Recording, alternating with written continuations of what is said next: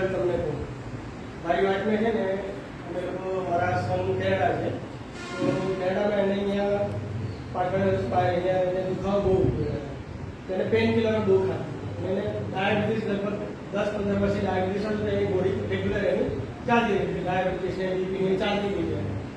પછી ત્યાં તો પછી એને દવા બહુ ખાધી પેન કિલર, એટલે પછી ત્યાં તો કંઈ મળ્યું નહીં. ત્યાં એકદમ મેડિકલ સિસ્ટમ એકદમ ટ્રાન્સફર કરતી 100 વાતની એક વાત યુએસએ હોય કે કેનેડા હોય કે યુકે હોય કે કોઈ યુરોપિયન કન્ટ્રી હોય, ખાલી કહેવાય છે જો બહુ પૈસા હોય એકદમ તમારી પાસે કરોડો રૂપિયા તો કંઈક તમને ટ્રીટમેન્ટ મળે. બાકી સામાન્ય માણસ એમ કે મારે વીમો છે તો તમને કોઈ ટ્રીટમેન્ટ વ્યવસ્થિત આપે નહીં. એના કરતાં ઇન્ડિયા ઇઝ બેસ્ટ. એના કરતાં સારી ટ્રીટમેન્ટ આપણે ઇન્ડિયામાં મળે. પછી અમે લોકો ઇન્ડિયા આવ્યા પછી અમે લોકો અહીંયા એનું આપણું ફૂલ બોડી ચેકઅપ. અહીંયા આપણે મતલબ એરફોર્સ પાસે જ છે અમારો ડૉક્ટર સીના છે એ અમારા ફેમિલી ડૉક્ટર, મારી સાથે એનું સારું તો ટ્રીટમેન્ટ કરાવ્યું છે. એનું ક્રિએટિન લેવલ છે ને લગભગ 15 આવ્યું. ક્રિએટિન લેવલ એટલે કિડની માટેની ગણાય છે ક્રિએટિન, એ હોવું જોઈએ 1.5 ની અંદર હોવું જોઈએ. એનું આવ્યું 15. તો એને એવું લાગ્યું કે મારી લેબ એની લેબ ક્યાં છે, એને એવું લાગ્યું કે મારી લેબમાં કંઈ પ્રોબ્લેમ હશે ને આટલું તો આવવું જોઈએ નહીં. તો પાછળ લેબવાળાને બોલાવ્યું, સામે જ બોલાવ્યા સામે, કેમ કે આ પેલા જોયું કે આ બરાબર લાગતું નથી, તો પાછું ચેક કરતું.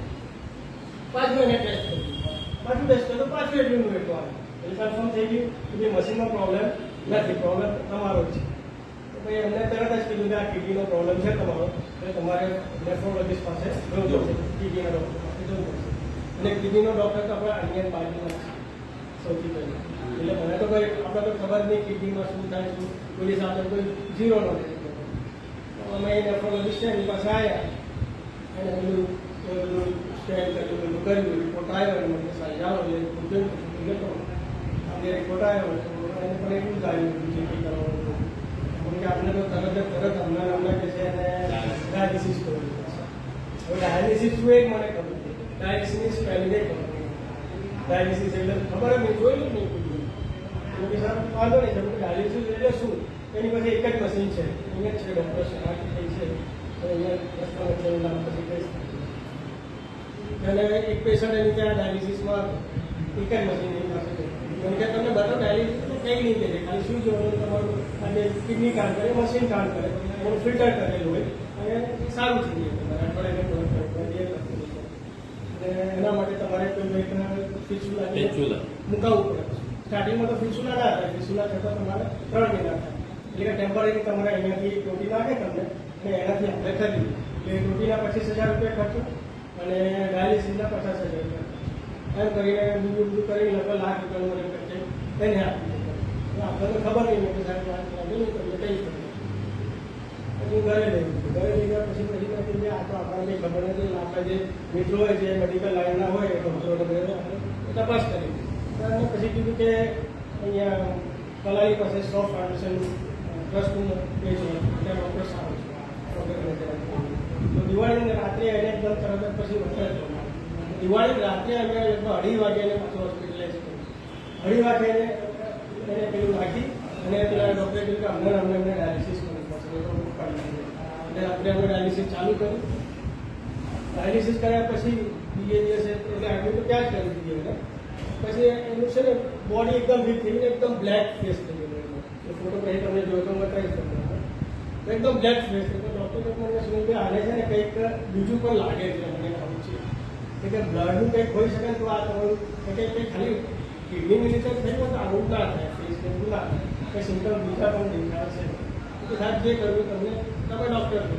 હવે આપણે ડૉક્ટર સિંહની આગળ શું ખબર, પેટ દુખતું ખબર પડે આ પેટ દુખે છે અને અંદરની સિસ્ટમ આપણને કંઈ ખબર પડે નહીં. મને કે આનું બ્લડ ટેસ્ટ કરાવીએ અને આપણે જોઈએ મને લાગે છે કે અમને મલ્ટિપલ મલેરિયા છે એટલે બ્લડ કેન્સર લાગે છે. ત્યારે સાહેબ એ રિપોર્ટ કરાવ્યો. તો રિપોર્ટ જે કરાવે રાત્રે 10-11 વાગે રિપોર્ટ અમારો આવ્યો રાતના. એટલે મેં પેલા જે 380Gમાં ડૉક્ટર છે પટેલ, મેં કે સાહેબ પટેલે મેં વાત કરી રાખી ડૉક્ટર છે ને કિડનીવાળા કે સાહેબ રાત્રે 12 વાગે તો 12 વાગે બોલો આપણે રિપોર્ટ આવી જાય એટલે તરત એને તમે બોલાવો. તો 12 વાગે ડૉક્ટર પટેલ આવ્યા 80G મેં રિપોર્ટ જોયો.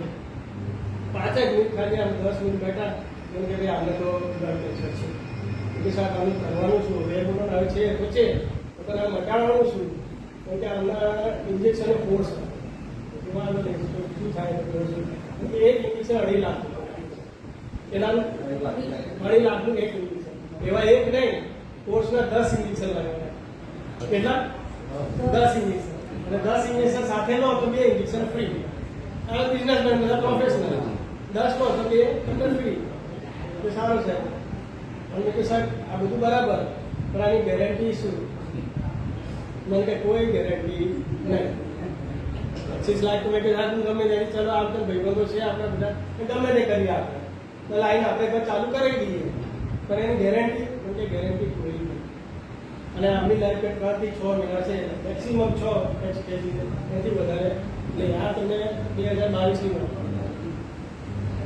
તો કે મને કાલે સવારે તમે એસસીજીમાં લઈ આવો હું એડમિટ કરી દઉં એમને અને 50,000 સુધી આપણા ટેસ્ટ થશે તો બીજો જે ખર્ચો થાય એ તમને દવાનું તો સમય લઈ આવી મેનવાલ અમારા બીજા ભાઈબંધો ડૉક્ટર બધા છે બધા એ વાત કરી પછી ગોરાક આપણે હોસ્પિટલ કેન્સર હોસ્પિટલ કૈલાસ એને સવારે એમ્બ્યુલન્સ લઈને નાખી પછી ઊભું ના થવાય કે કશું એકદમ આમ થઈ ગયું એમ્બ્યુલન્સમાં નાખી અને બધું લઈને એનું સિમ્પલ ગોરાક એટલે જે ડૉક્ટર છે યુએસએ બધા એમને બતાવી સાહેબ કે સાહેબ આવું બધું કીધું ને એ વાત બરાબર છે આવે છે કોર્સ પર લોકો ગેરંટી લે એ ઇન્જેક્શન અમે અહીંયા 1.5 લાખમાં મળે એ જે 2.5 લાખની કીધા અહીંયા તમને ડિસ્કાઉન્ટમાં 1.5 લાખનું મળે ભાઈ એ વસ્તુ છે કારણ કે યાર બીજું કારણ કે બીજું એટલે બીજા ઇન્જેક્શન આવે એનાથી તમારે ટાઈમ લાગે પણ અમારી ગેરંટી નથી પેલામાં ગેરંટી તો તમારે જે કરવું હોય આપણે અમે ચાલુ કરીએ એનાથી પણ આવી જાય છે બીજા 2-4 પેશન્ટ હતા ત્યાં આગળ એમના એમને બોલાયા નુકસાન તમને જો આજે અમને આવું જ તમે ચાલે છે ખાય છે પીએ છે ટ્રીટમેન્ટ ચાલુ છે કોઈ પ્રોબ્લેમ નથી મેં કે સાહેબ આપણે ચાલુ કરો તમે એ આપણે ચાલુ કરશે હવે ત્યાં એક ઇન્જેક્શન છે 5,000 પણ એ આપણને મળે 500 રૂપિયા ત્યાં 5,000નું ઇન્જેક્શન આપણને 500 રૂપિયા એ આપણે ટ્રીટમેન્ટ એને ચાલુ કરી અને મેઇન વાઇલમાં શું છે કે મારે આ સ્ટ્રક્ચરનું આ હંસરાજભાઈ છે ને એરિકલભાઈને બધા અમે કોન્ટેક્ટમાં મટીરિયલ કરતા હોય તો અમે કોન્ટેક્ટમાં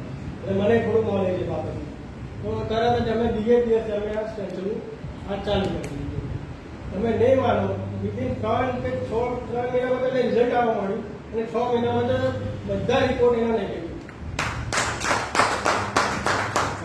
બધા રિપોર્ટ એના નેગેટિવ આપણી પાસે રિપોર્ટ સાચા હા બધા રિપોર્ટ એને ડૉક્ટરને હજુ સુધી મેં કીધું નથી કે મેં ટેન્શન આપું કારણ કે એ માને નહીં સાહેબે એટલું કીધું ભાઈ સાહેબ તમારી દવાથી તમારી દુવાથી આ બધું આને સારું થયું છે આજે એ વાતને આજે લગભગ 2.5 વર્ષની ઉપર થઈ અને ખાય છે પીવે છે બધું કરે ને ઘરનું જમવાનું ડાયાલિસિસ બંધ થયું ડાયાલિસિસ બંધ થઈ ગયું એને એમાં થયું શું કે ડાયાલિસિસ બધી ચાલુ થઈને બંધ થાય નહીં પણ એને ડાયાલિસિસ બંધ થઈ ગયું 2 વર્ષ ડાયાલિસિસ બંધ થયું પણ કઈ શું થયું કે મારા